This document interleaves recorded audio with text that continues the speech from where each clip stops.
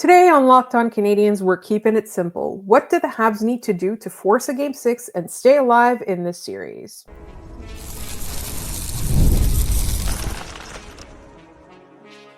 You're Locked On Canadiens, your daily podcast on the Montreal Canadiens, part of the Locked On Podcast Network, your team every day.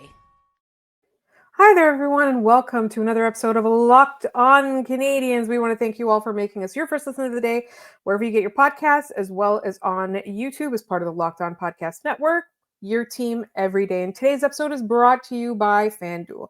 Right now, new FanDuel customers can get $250 in bonus bets if your first $5 bet wins. Visit FanDuel.com to get started. My name is Laura Saab, also known as The Active Stick. I'd like to welcome my co-host, who, as always, is with me, the wonderful Ian Boisvert, also known as Maybe It's Ian. Also, I'd like to welcome all of the Caps fans that have been hanging out here. We thank you for your patronage and all the dollars you are sending our way.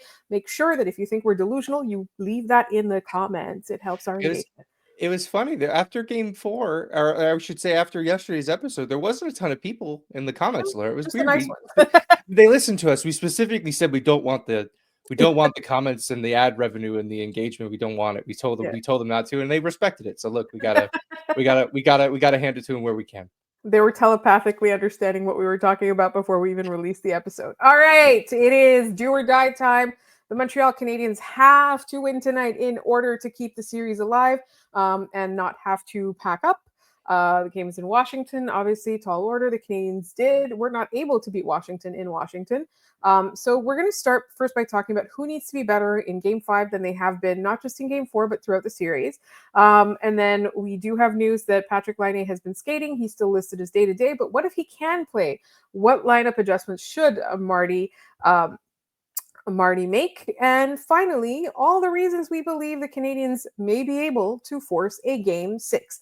Don't forget, we have trivia at the end of our episode, and we also have a contest, which we will tell you about in that third segment. All right, let's get to it.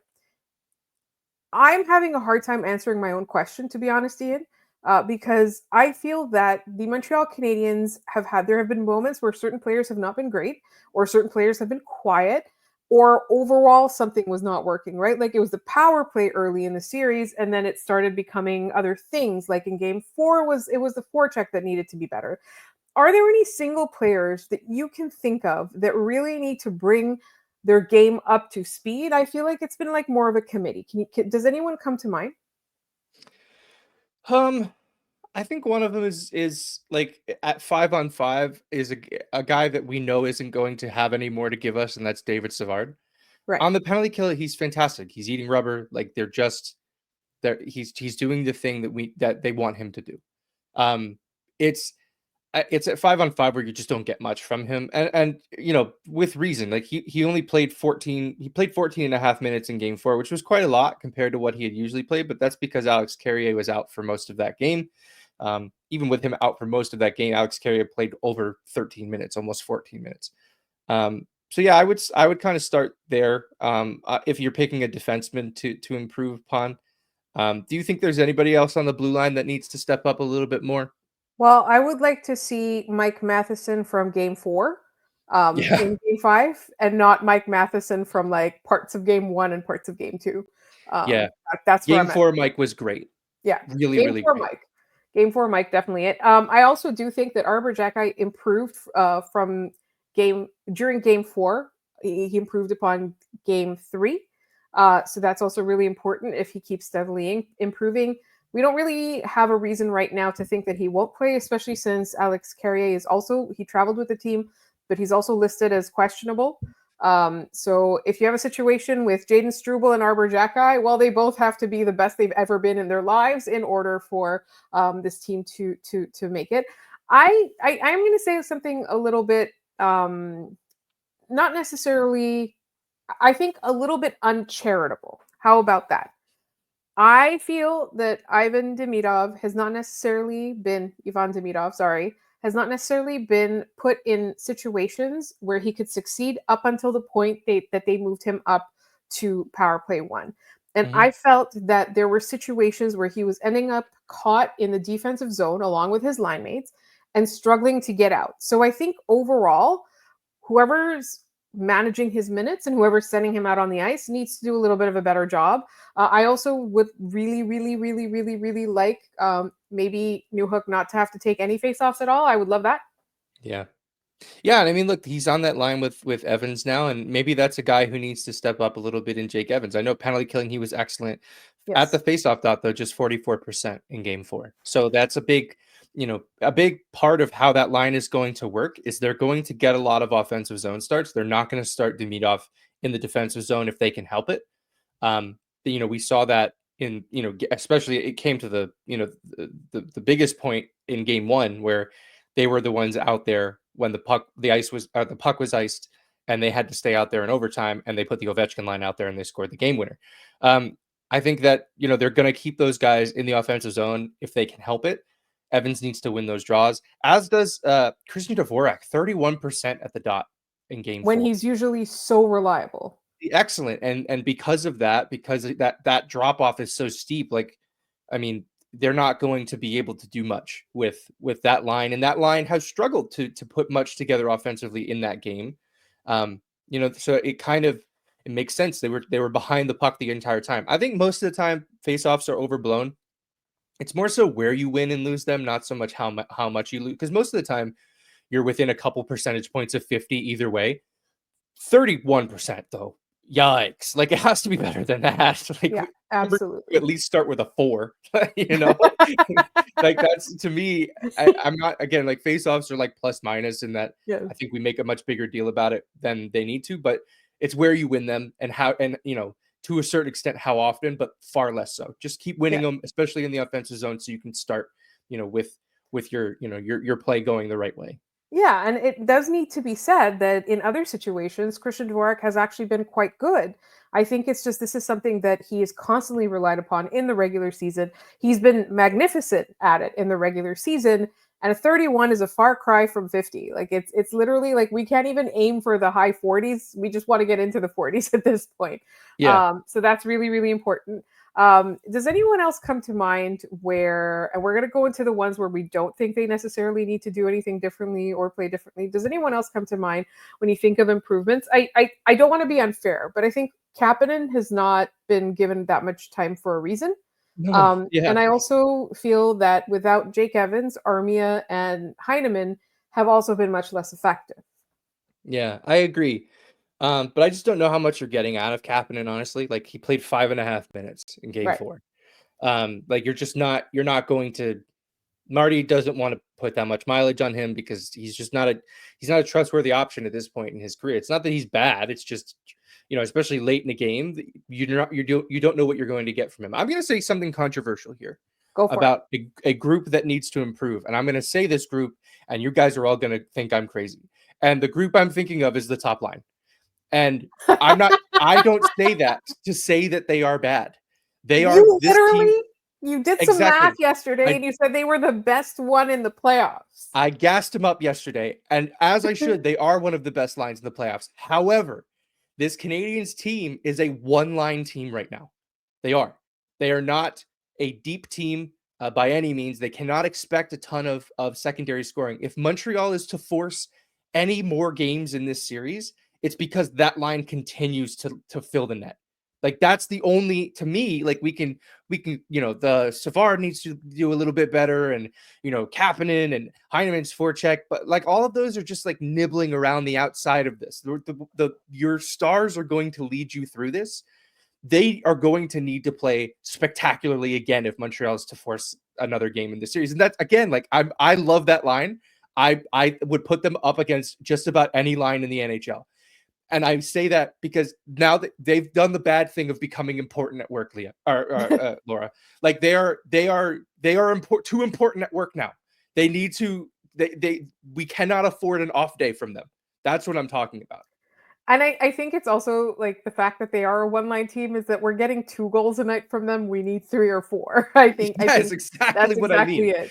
And it's not like the shots haven't been coming. I mean, like, Cole Caufield had a record amount of shots, right? He's probably got like 40 shots in this series. Like, it's probably close to that. It's incredible. Yeah. But I honestly, like, I really never thought about it that way. And I really like it.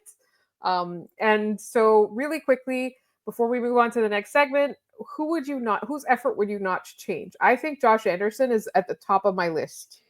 Yeah, you just wind Josh up and watch him go. I'm Yeah, not worried about Josh yeah. Anderson at all. Him or I Caden just Gooley. stay out of trouble. Yeah, Caden Gooley, I thought that he was fighting the puck a little bit in game 4, but it wasn't. That's not lack of effort. That's just Yeah, him, yeah. not having his fastball, as Marty would say. I would expect that Caden Gooley is going to come ready to win on Wednesday, as he was, down the stretch with this team. Remember, Carolina, they needed to win. Who scored twice? Caden Gooley. Like, I Caden think Gooley. that's a guy who loves these kind of moments. Yeah, absolutely. And another person is, if he plays, Alex Carrier. I think he's been magnificent, and obviously there's always another gear that people can find. All right, so we don't know if Alex Carrier will play. We also don't know if Patrick Laine will play. But based on the day-to-day status and the fact that he practiced, there is a possibility. Hopefully, by the time that you're listening to this, everything is resolved. But in the meantime, before the game starts, how does Marty adjust if Patrick Laine can actually go? And we're going to talk about that in just one moment here on Locked On Canadiens.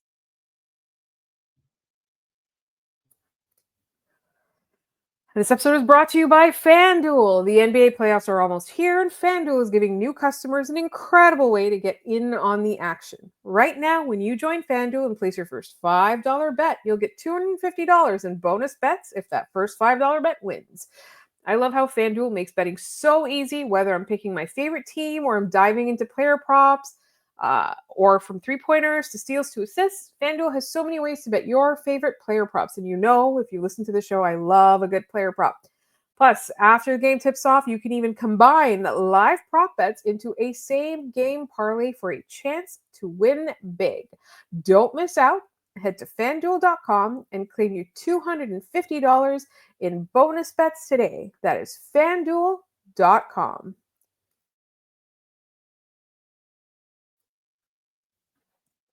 All right. Patrick Laine is practicing. Patrick Laine desperately wants to play. Patrick Laine can't even clap with both hands. So I think it's a 50-50 chance that Marty is going to let him into this game. You're on mute. Man, we'll never get rid of that. No. I'm not so sure. I think that even if Patty's ready to go, quote, ready to go, what version of that is that? Right? Like, what version of Patty do we get with him ready to go when a few days ago after game 3, there's video of him in the locker room trying to clap, and he looks like he's got like repelling magnets on his hands that can't touch one another. Like, it looks like he's in an incredible amount of pain. And for what it's worth, this year, the version of Patrick Laine that we have gotten has relied heavily on his hands because nothing else is working right either. Yeah. Right. Like, so I'm at a point, honestly, where if he thinks I'm good to go, I say, great, Patty, we're going with a different option. And I love this guy. Everybody knows that's my dude. Right. Like, I'm the biggest booster of Patty Laine. Always have been, always will be. But I just don't see a fit at this point in the series for him to come back. He's a 2022-2023 Brendan Gallagher amount of injured right now. Dude, like, yeah, the last game that he played, the last power play that he was on, he was taking one-timers and the puck was just like flubbing through his stick because he just couldn't hold his stick in a way where like he could make solid contact with it. His wrist shots where he didn't have to like come down on the ice with force and like, essentially attack the ice with his stick. Though, like, whenever he didn't have to do that, the shot was okay. But on that power play, that's what he does. And should we use this as a segue to talk about the power play and how maybe at this point they don't really need him in that spot? Yeah, absolutely. Let's talk about it because we saw what happened when they removed him from it. And unfortunately, a lot of the coverage has been like, without Patrick Laine, here's how well the power play is doing. And it's really not his fault in any way. It's the fact that his absence is forcing everyone to actually be creative, including Martin St. Louis, by putting Ivan Demidov up on that first power play unit and I think by default, he comes with a lot more motion, a lot more aggressiveness. And Cole Caulfield, now back in the Laine spot, is He moving hasn't missed a more. step. He's Yeah. moving more, right? And that's something that we've criticized this power play for all season long. They're not dynamic enough. They're not aggressive enough. They just do set plays, and it never works. Yeah, and I think, the dynamic aspect of this, you can look at it from an entire power play perspective and say they're more dynamic with, Ivan Demidov out there and just having more than one option. They looked to Suzuki in the slot once or twice. Slavkovsky was the one who got the first goal in game 4. But I also think that in the spot that Laine occupies, and now that Cole Caufield occupies, Cole Caufield is far more dynamic in that spot than Patrick Laine was, in the sense that, how many times do we see the puck get to Patty, and what does he do with it? He either one times it, or he'll just catch it and pass it back, or he'll catch it and then try to wrist it low to get a rebound or something like that. Cole Caufield a lot of times is catching that puck and then taking a stride or two forward to see if he can, catch the defender who's on him sliding the wrong way and try to work against the grain to put the puck back on net. Like, we won't see that from Patty. And that's not a slight to him. That's just not part of his game. And I think the Canadiens' power play operates so much more efficiently when they're adding that dynamic level of deception, right? That Cole Caufield, he can beat you with a shot. He can beat you with a one-timer, or he can catch the puck and make it look like he's going to shoot and move to the inside and take a shot from a more dangerous area with one fewer guy in front of him, right? So, like, I just think that power play, and there's going to be conversations about this all summer, about what they're going to do when they come back next year. We're not going to have those conversations yet, but as right now, on Tuesday evening before Game 5, I think that the best option for the Canadiens would be status quo, would be what they have run with the last 2 games. It's worked for them, right? It's doing really, really well. And there's something that you pointed out about like Logan Thompson's weaknesses and how to cheat them. And I feel like the players that they're putting on the ice, because of the way that they move, are more able to take advantage of the weaknesses. And again, he's a great goaltender, Yeah. all of that. But like every goaltender is beatable, right? Connor Hellebuyck is beatable. Every goaltender is beatable. So for me, like I feel like the players that are on the ice on that first unit are really able to take advantage because of their speed, because of the way that they move and the way that they can kind of trick you. I find it better. All right. So really quickly back to Patrick Laine before we move into our next segment. The alternative is Kapanen, right? So that's the choice Marty has. So in my mind, if I'm asking myself, why would they play Patrick Laine? It's because they don't want to play Kapanen. And I don't think that the trade-off is worth it if Patrick Laine is still injured in any way. Yeah, well, and you have to think positionally too, right? Like, Kapanen is there, and he provides Marty the option to move Newhook back to the wing and put Evans on that line, so that line has a reliable defensive center who can win faceoffs, Yeah. right? That's that in theory, and it worked in Game 3 pretty well, but in theory, that should have worked a lot more in Game 4 than it did. And it's supposed to give them more options. Now, if you take Kapanen out and you put Laine in, who's centering the fourth line? Well, you're back down to Evans going back down to line 4 and Laine going up to Newhook. And it's the same thing that we know doesn't work. It's the Like that. defensive black hole all over again. Yes. Like, it's just like, in theory, that line should be okay. And it's just not. Like, Yeah, it doesn't gel. It has not worked. Now is not the time to hope it works again. Right? Like, exactly. it's like there's no time for that. I And you think can't that shelter them in the playoffs. That's the thing, like in on a Washington you Tuesday night can't. on a Tuesday night in November at the Bell Center, maybe. But Yeah, but against a Washington team like this, no. yeah. And a Washington coach in Spencer Carberry who said he liked the matchups that they got the last game, which, is kind of telling considering they were on Bell Center ice. Yeah, I think that, they're not going to get a ton of mileage out of the fourth line, so it's okay if Kapanen just sits for a while, Yeah, and they'll just rotate in Heineman and Armia, like, further up the lineup if they want, a defensive presence on some of those lines down the stretch. But I don't see a reality where Marty looks at the last few games that we got out of Patty and says, this is a guy I have to have back in my lineup. Like, I'm not seeing it. And again, love the dude, love that guy, love everything he's brought. I think of his right before his first game back, I think of his line that he told the whole media about when he was talking to his therapist about, putting this sweater on is an accomplishment for everything that's come before, and everything that comes after is a bonus. I think about that probably a few times a week. That's how much I love this dude, and I love what he stands for, and I love what he's done here in Montreal. But it's just not the time. Rest up over the summer, Patty. Like, we're gonna need you next year, but for now, like, it's a non-option for me. And we're not talking about the off season yet, but I Nope. just want everyone to just imagine a fully healthy Patrick Laine. That's Yeah. all I want everyone On to imagine right now. on Power Play 2.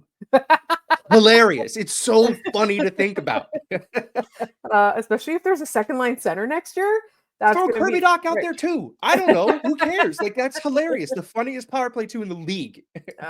I honestly, like, again, we're not going to talk about it because there's still this game left. There is still one game left, and we're going to talk about in our next segment.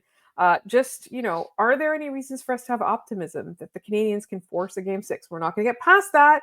We're just going to talk about reasons the Canadiens to believe the Canadiens could win game 6, and that's coming up in just a moment.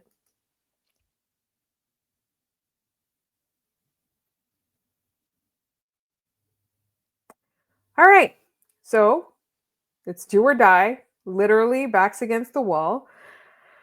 I have a few reasons for optimism, and I think one of the biggest reasons is that this team has proven all season long, well, not all season long, this team has proven since the Four Nations tournament that they're capable of beating literally anybody in the league.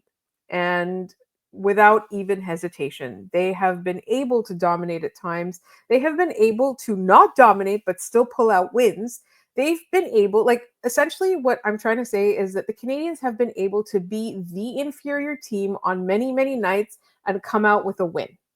Yeah. Right? So that's my first reason for optimism. The other reason for optimism is game 3. And I do understand this is in Washington and not Montreal.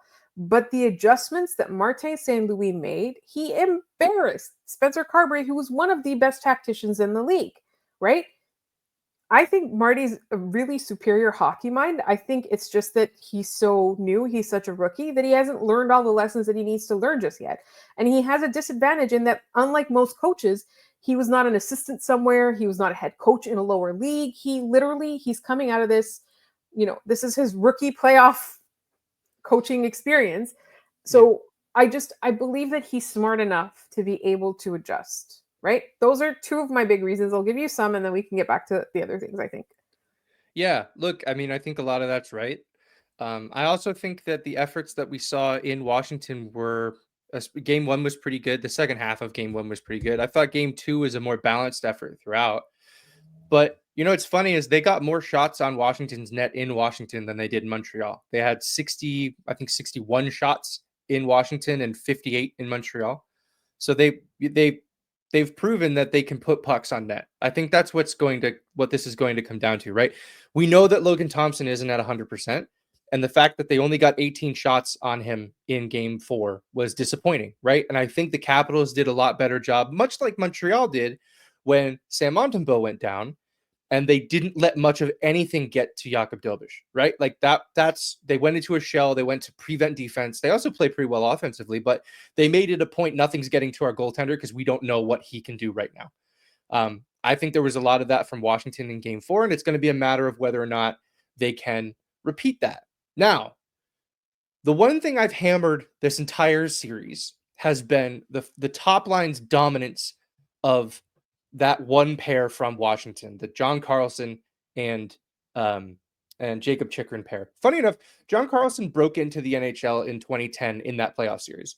We think about, that was PK's big coming out party. That was also John Carlson's first real taste of the National Hockey League as well. So he's been around. He knows what this is like. He knows this situation. And Carberry seems to be okay with that matchup, and I don't know why. Like, I'm still trying to find myself, like, thinking of this from Spencer Carberry's position, it's like, yeah, we're up 3-1 in the series, but like maybe the series is over if you found a suitable matchup for that line, and maybe there isn't one, but like Well, that's what I'm saying. I think he hasn't that those, tried. but those are also his best defensemen, right? They are, but Objectively, they are really good defensemen. they are, but they're also not his most used at 5-on-5. That's the Roy Sandin pair. Like he gets more mileage out of those guys at 5-on-5 than he does out of the other two. I think it's because the other two play more on special teams. But like at 5-on-5, the pair he leans on the most is not the pair that he sticks against the Canadiens' top line, which is the line that's on the ice the most. I find the whole thing like just really fascinating. That, and I'm, if Washington is to win this series and move on, I want to watch that pairing and see what Carolina or New Jersey can do to them. You might already know that what happens in Carolina and New Jersey. We're recording during the middle of it, so if it's Carolina, congrats, but also not at all. So like I want to see, like, was it just the Canadiens that cooked that pairing, or is that pairing really no good? Yeah. And I'm like, I just think that as Carberry continues to go with that, if the Canadiens can extend this series to Game 6 and maybe Game 7, at what, because they're only doing that if they cook that line, if that line cooks the top pair. Yeah. If they can do that, like at what point does Carberry have to go, I have to try something else? And then at what point does the Suzuki line cook whoever comes next? Exactly. And Right? I say, like, why haven't they tried anything else? Not to say that anything else would work. I don't know that that's true, because I do think these are their best defensemen, but They are objectively. They're but fantastic, amazing. they haven't defensemen. tried anything else. Like, I find that to be the wildest part of this, is like, they're just like, yeah, they're lambs to the slaughter. Like, just go out there. Suzuki's going to do some cool stuff. This Cole Caufield dude's going to shoot the puck a billion times. He has 21 shots in this series, by the way, Cole Caufield. So like, I find, if I'm looking for optimism, it's that they have not found an answer for that top line at 5-on-5. Well, they also haven't. Yeah. They haven't thought about splitting any of those pairs up, right? And Yeah. I'm sure that there's a method to their madness. So I think another thing that I do want to mention, and it's not that I think the Canadiens are better than the Caps in any way. I'm not, obviously we talked about top lines, all of that. I just think that the Washington Capitals have proven that they make errors that can be exploited. And I think Yeah. whenever you're the inferior team in a series or in a game, that's where you're going to win. And the thing that I hear from the Canadiens, in post games, after practice, all of that is that they understand that assignment. They understand that this is what's going to happen. And I think that you can't count them out. Like, they're not counting themselves out. They've got Captain Clutch. They've got, what, like, Nick Suzuki is capable of raising his game 900% in any given moment, right? Yeah. So I feel like there's a possibility we're going to see Game 6. There's a possibility we're going to see Game 6, and when we get to it, we'll talk about it when we get to it. But I'm not counting them out until they're actually out. Yeah, and you said that there's mistakes that the Capitals make that are there to capitalize on. The Capitals have the 5th most giveaways at 5-on-5 in the playoffs at 53. The Canadiens are 9th at 46. So like that, one of the things that we harped on this show all season was the turnovers, right? Especially against Washington, there was one game where the turnovers were like 30-2 or some nonsense like that. I think that that's a legitimate, thing that the Canadiens can capitalize on, is if they hand you the puck, you need to do something with it, right? Like we looked at it in Game 4. I think Lane Hudson immediately turning that puck over and Washington going down the ice and scoring, right? Like they took advantage of that turnover. Canadiens need to figure out how to do that a little bit better, especially at 5-on-5 where they're just not getting much done. Yeah, and they've literally got only one game with which they can try it. So throw everything at the wall, see if it sticks, or maybe be a little bit more calculated than that. Marty's a lot smarter than that. He's been very intense the last couple of days. I think the Canadiens all have game faces on, and I think they're taking this seriously. I think they're not, I think they believe in each other, but I think they're taking the task at hand seriously. And it really reminds me of the mannerisms, again, intangibles. I know we're not that kind of a show generally, but the intangibles, it really reminds me of the Montreal Canadiens team that walked into Washington in Game 7 in 2010. The body language, the mannerisms, the everything that they're saying and everything that they're doing reminds me of that. So I feel like at the very least, the biggest thing about giving them a chance in game 5 is the fact that they understand the task at hand. Yep. No, They completely. Look, understand what it takes. they have to start on time. They cannot give Washington a break to start that game. Montreal needs to start on top, and they need to not look back. I think if it's a close game, it's going to benefit Washington. I think it needs to be emphatic that you've defeated them, forced game 6, made them come back to your home barn, and now you have a chance at the Bell Center again to force game 7. Like that's the situation you want to be in if you're Montreal. You need to start making them feel nervous, and that starts as soon as the puck drops on Wednesday. Yeah, absolutely. Again, we're not counting them out until they're out. We know what a monumental task this is. That Canadians need to win 3 games. Washington only needs 1. So, the maths in that one. All right. Real quick, let's talk about the giveaway. Ian loves to give his stuff away to our listeners. We have a signed picture of Josh Anderson, which Tom Wilson cannot have. And we've got a signed picture of Arbor Xhekaj. And all you have to do is you have to find us on YouTube at Locked On Canadiens and subscribe, and then leave a comment saying contest entry. You only need to do this once for the rest of time until we have another giveaway, years from now or whatever. Once we hit 4,500, we're going to draw for Josh Anderson. Once we hit 5,000, we're going to draw for Arbor Xhekaj. And again, you only need to say it once, and then we'll check if you're subscribed. And once we do the draw, we are keeping every single entry. You only need literally just once. You don't need to enter more than once. All right, let's get to our trivia, and then we can go freak out about game 5. Yeah, so we talked about Travis Moen being the hero in game 5 in 2010 against the Washington Capitals, scoring the game-winning goal. So we talked a little bit about Travis Moen, and his first NHL game, or first game with Montreal, was very eventful. He scored in his Habs debut and added 12 penalty minutes, including 2 fights, one against Jay Rosehill and one against this former Montreal Canadian. Laura, who is that Hab? One Mike Komisarek. Yeah, man. When he left Montreal, when I was a kid when that happened, I was like, how could you do that? Like, he was the first one in my lifetime where I was like, you monster, how could you leave? So like to see like Travis Moen do that in the first game, I was like, yeah, you get him. Were you around for like all the jersey burning, people burning their Mike Komisarek jerseys? I have a Mike Komisarek jersey. I should have burned it, but no, No. that's wild. That's for the environment.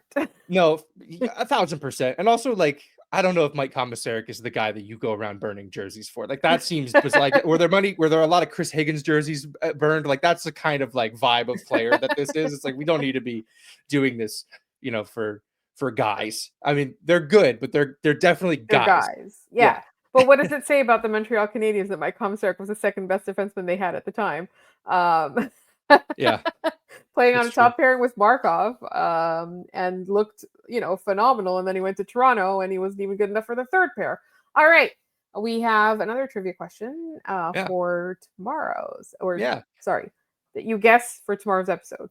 Correct. Yeah. So the Canadiens are number 1 all time in wins when facing elimination in the playoffs. How many wins do they have as of Tuesday night? Let's say that, because that's when you'll be answering this likely ahead of the game on Wednesday. Yes. And if you have it, we'll amend it to give you that grace. So plus or minus 1 here is fine.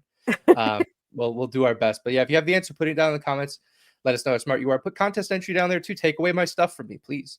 Yes, absolutely. Ian has too much Habs and memorabilia. And as I said, I have not rigged the contest so I can get the Josh Anderson photo. And we are making sure that Tom Wilson is disqualified, as obsessed as he is with Josh Anderson. He cannot have it. He can have Arbor Xhekaj if he wants. He just has to be subscribed.